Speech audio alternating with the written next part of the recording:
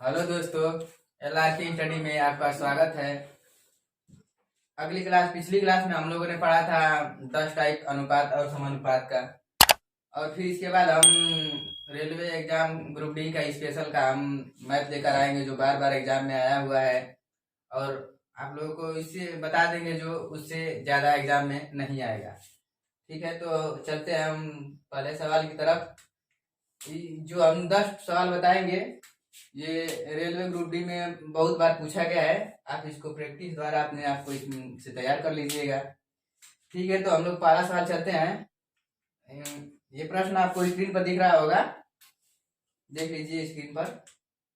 जिसे दिया रहता है कि दो संपूर्ण संख्याओं के बीच का अंतर 66 है। दो संख्याओं का अनुपात क्रमशः 5:2 है। तो संख्या सवाल बोल रहा है कि दोनों का अंतर 66 है, 60 नहीं 66 है। दोनों का अंतर 66 है, तो आप इन दोनों का भी अंतर कर दीजिए, तो अंतर हो गया 3 और 3 बराबर 66।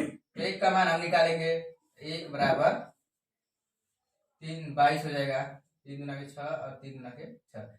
जब 1 का मान 22 आ गया तो 5 का मान 110 हो जाएगा और 2 का मान 44 हो जाएगा। 22 गुना के 44, यही आपका आंसर हो जाएगा।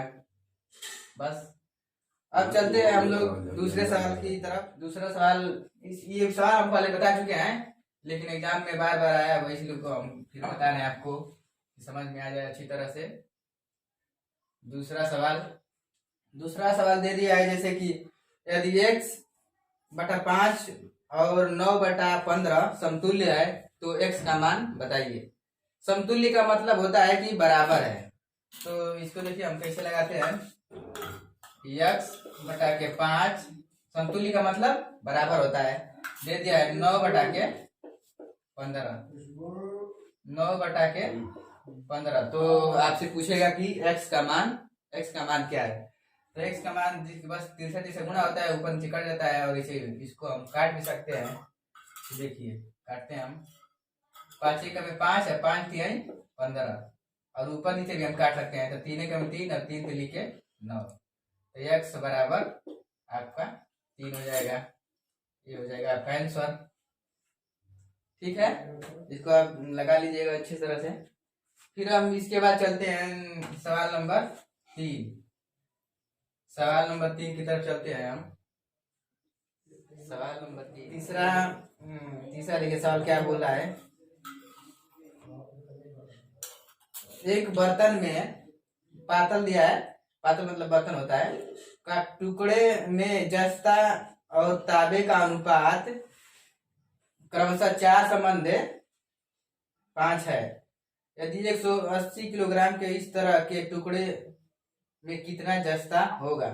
अनुपात दे दिया है 4:5 और दे दिया है कि टोटल मिलाकर कितना है, तो 180 किलोग्राम है। दोनों को मिला करके 180 किलोग्राम का पात्र है, तो टुकड़े में कितना जस्ता होगा। ये जस्ता दिया है यह, और यह दिया है तांबा। जस्ता का अनुपात 4 है और तांबा का अनुपात 5 है। तो फिर देखिए, और दोनों को मिलाकर कितना है, दोनों मिलाकर के 180 है। तो हम भी इन दोनों को मिला देंगे, अर्थात जोड़ देंगे। तो 5 4 9 बराबर 180 के बराबर है। तो 9 का मान 180, तो 1 का मान 1 बराबर 20 हो जाएगा। तो पूछा है कि जस्ता कितना होगा। जस्ता बोला है, तो जस्ता का अनुपात कितना है 4। तो 4 का इसमें बस हम गुणा कर देंगे, तो 4 गुना के 8, 80 हो जाएगा आपका आंसर। ठीक है, इसके बाद हम चलते हैं अगला सवाल नंबर 4। इसको आप रिवीजन करते रहिए। क्वेश्चन नंबर 4 देखिए क्या पूछ रहा है। आपको स्क्रीन पर दिख रहा होगा सवाल नंबर 4।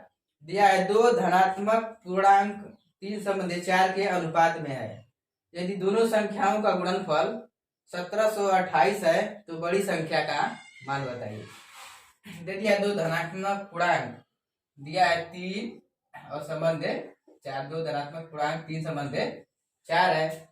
और दिया है कि दोनों का गुणनफल 7228 है। 1728 है, 7200 नहीं, सॉरी, 1728 है। तो बड़ी संख्या का मान बताइए। बड़ी संख्या ये है, बड़ी संख्या 3 और 4 में बड़ी संख्या ये, इसका मान बताना है। तो बोला है कि गुणा करना है, गुणनफल दिया है। इसमें बीजक हम गुणनफल आपको बता चुके हैं इससे पहले। इसमें बीजक करेंगे और दोनों का गुणनफल बोला है तो गुणा कर देंगे। तो 3 चौके 12 हो जाएगा और यक्स का भी गुणा होके एक्स स्क्वायर हो जाता है। एक्स स्क्वायर बराबर आप इतने के बराबर हो जाएगा। तो 1728 इसको हम कटाएंगे तो कटा देते हैं 12 से। तो 12 एक हमें 12 और 12 चौक 48 और 12 चौक 48, 144 बार में कट जाएगा। तो ये रूट बन जाएगा, उधर जाएगा तो घात है। तो यक्स बराबर रूट 144। तो यक्स का मान जब रूट से निकलेगा यह तो 12 हो जाएगा। जब एक्स का मान 12 हो गया तो इसमें इसका गुणा कर देंगे। पूछा है आपसे बड़ी संख्या का गुणनफल बताइए। तो बड़ी संख्या आपका ये है 4, तो 12 चौक 48 आपका आंसर हो जाएगा। ठीक है, समझ में आ रहा है? मुझे आशा है कि आप लोगों को अच्छे से समझ में आ रहा होगा। फिर इसके बाद हम चलते हैं अगला क्वेश्चन नंबर 5। क्वेश्चन नंबर 5 देख लीजिए आप।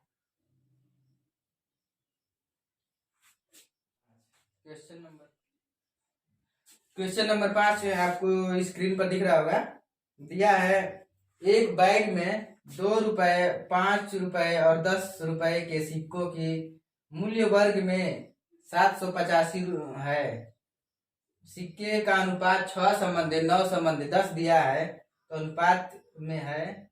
बैग में 5 रुपए के सिक्के कितने हैं? सवाल क्या बोल रहा है कि एक बैग में 2 रुपए, 5 रुपए और 10 रुपए के सिक्के दिया हुआ है और बोला है कि इसका अनुपात बोलता है तो अनुपात का इसमें हम गुणा कर देते हैं। आपको मैं पहले बता चुका हूं। तो अनुपात हो गया 6 गुणते 6 गुणते 9 और गुणते 10 और पूरा टोटल सिक्के बताया है 785। तो दिया है कि इसमें रुपया दिया है, ये भी रुपया है, ये भी रुपया है, ये भी रुपया है और ये भी रुपया है। तो इसमें चेंज करने की कोई जरूरत नहीं है, सब सेम है। बस हम गुणा कर देंगे इसको। तो 6 मिला के 12 हो जाएगा, 9 पचे 45 हो जाएगा और 10 में 100 हो जाएगा। और ये टोटल कितना हो जाएगा आपका? इन तीनों को जोड़ के इतना के बराबर हो जाएगा। ये तीनों को हम जोड़ दे रहे हैं, कितना हो रहा है? 157 हो जाएगा। इसमें जोड़ेंगे तो 12 57 157 हो जाएगा। 157 बराबर 7 8 5 हो जाएगा।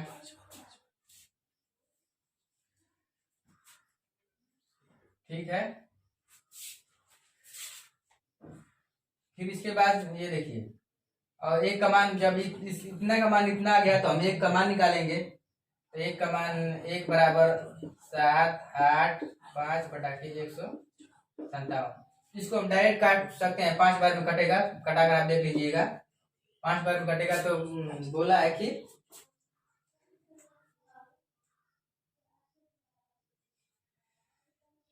5 रुपए के सिक्के कितने हैं? बोला है 5 रुपए के सिक्के। 5 रुपए के सिक्का ये है, लेकिन हम इसका अनुपात में गुणा करते हैं संख्या, सिक्कों की संख्या का पता लगाने के लिए। जब एक का मान 5 आ गया है तो 5 का 9 में गुणा कर देंगे अनुपात में। तो 5 9 45, यानी टोटल कितने हैं? आंसर हो जाएगा आपका 45 सिक्के हैं। ठीक है, फिर इसके बाद हम चलते हैं सवाल नंबर 6 की तरफ। सवाल नंबर 6 देखिए, आपको क्या दिया है? मनीषा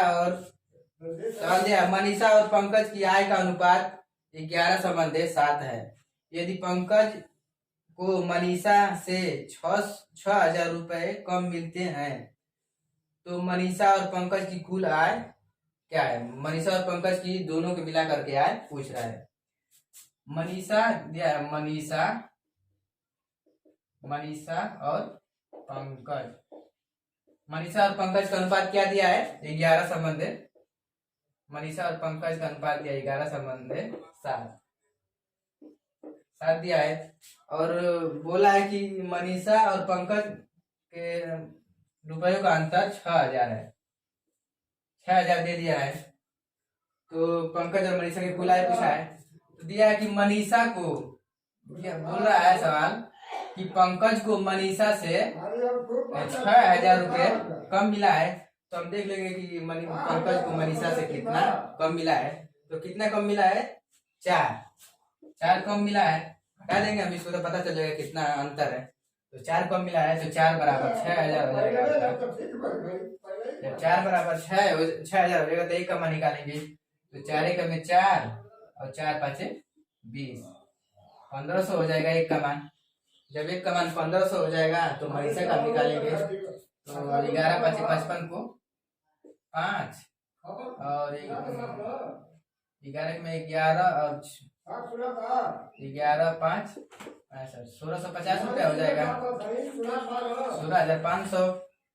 और फिर इसका हम निकालेंगे तो 15 साथे 75 हो जाएगा, 7500।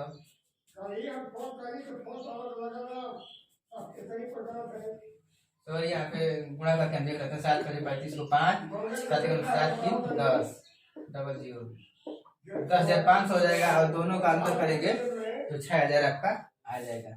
ठीक है, ऐसे ही सवाल ग्रुप डी में बहुत बार बार आया हुआ है। इससे जो हम बता रहे हैं इससे बाहर नहीं जाएगा, बस आप इसको प्रैक्टिस कर लीजिए, शायद इससे बाहर जाए क्योंकि उतना हार्ड लेवल का एग्जाम नहीं है। बस थोड़ा सा प्रैक्टिस कर लेंगे तो हो जाएगा। क्वेश्चन नंबर 7 अब हम देखते हैं। क्वेश्चन नंबर 7 क्या दिया हुआ है कि स्क्रीन पर आप लोगों को दिख रहा होगा, देख लीजिए आप लोग। यम और 36 का अनुपात है तो यम का मान पूछा है। इसमें यम का मान पूछा है तो देखिए किस तरह से हमको हल करना है। 9 बटा के यम लिख देंगे, फिर इसको बराबर लिख देंगे, फिर यम लिख देंगे और बटा में 36 लिख देंगे। तो आपको पता है कि तिरछा मैंने बता रखा है कि तिरछा बस गुणा होता है, इसको हम काटते नहीं है। तिरछा गुणा होता है, इसका इसमें गुणा करेंगे और इसका इसमें गुणा करेंगे। तो इसका इसमें गुणा करेंगे तो हो जाएगा यम स्क्वायर और इसका इसमें गुणा करेंगे तो 36 हो जाएगा और गुणते 9 हो जाएगा। बहुत सिंपल है। फिर इसके बाद ये घात है तो रूट बन जाएगा तो यम बराबर रूट 36 गुणते 9। और जब हम इसको रूट से बाहर निकालेंगे तो यम बराबर 36 का निकालेंगे तो 6 हो जाएगा और 9 का निकालेंगे तो 3 हो जाएगा। आपका आंसर हो जाएगा 18। बहुत सिंपल सवाल है, ऐसा ही पूछ देता है एग्जाम में। फिर हम आगे चलते हैं।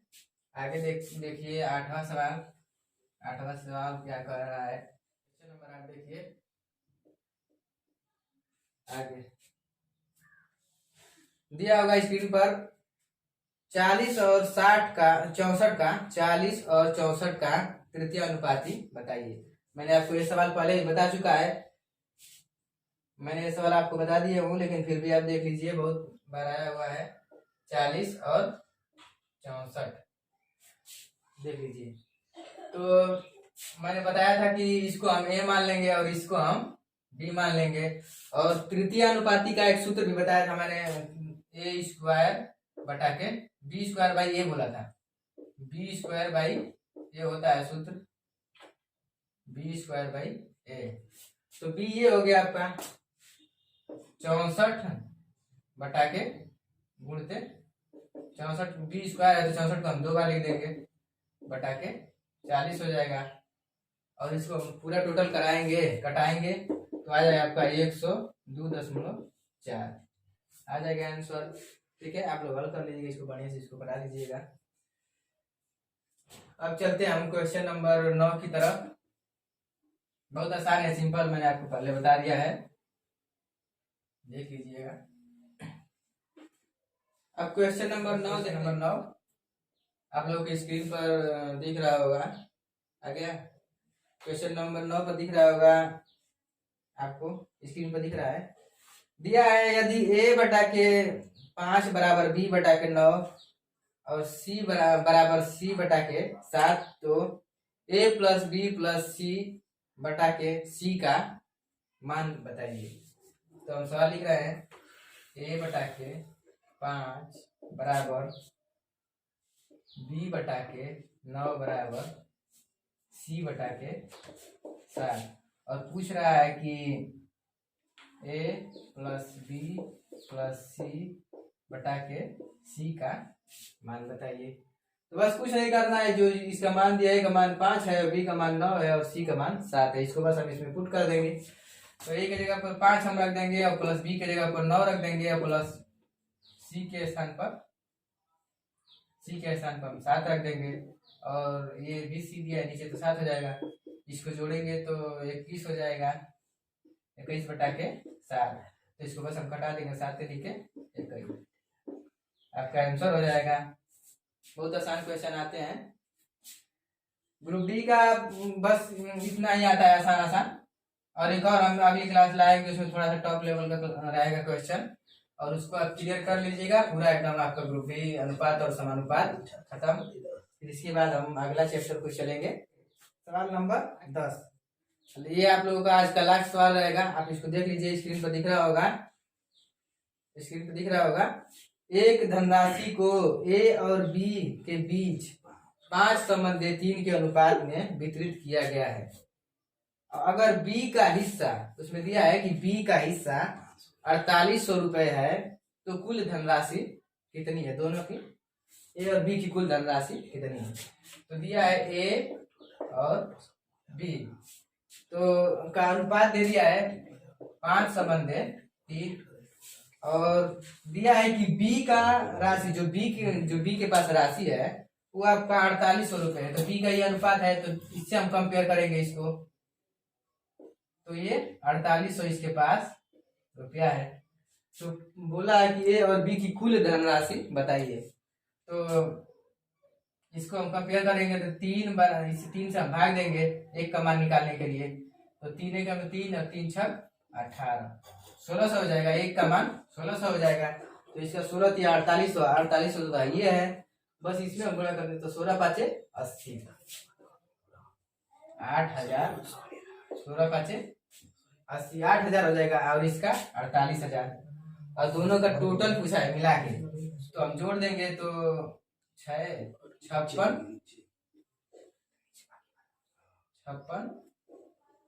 8000 का 48 हम जोड़ देंगे, 008, 128, 12800,